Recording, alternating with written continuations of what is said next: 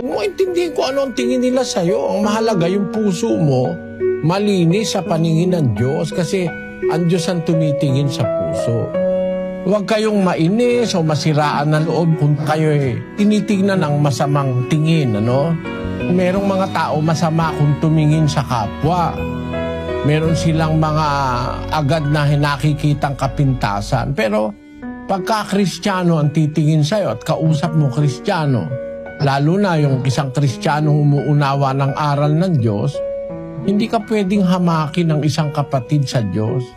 Parang panghahama kasi sa kapwa yung sabihin mong pangit yung kapwa mo tao eh.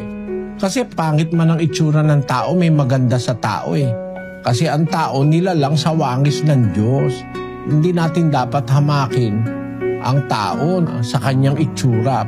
Pangunahin na, tinitignan ng Diyos sa tao yung puso. Hindi mahalaga yung sinasabi ng tao.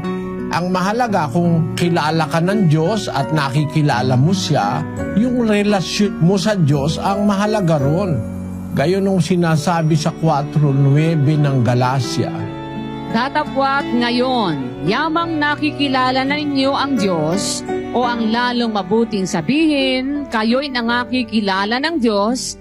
Nung makakilala ka ng Diyos, nakikilala ka ng Diyos, alam ng Diyos kung sino ka, alam mo kung sino ang Diyos, hindi ka dapat mainis, magkaroon ng self-pity, o kaya ay mainggit sa kanino man tao, dahil alam mo, karunungan ng Diyos yung gumawa sa atin. Kaya merong nilikhang maliit, may nilikhang mataas, merong payat, merong mataba, merong maitim, merong maputi, merong dilaw, merong pula.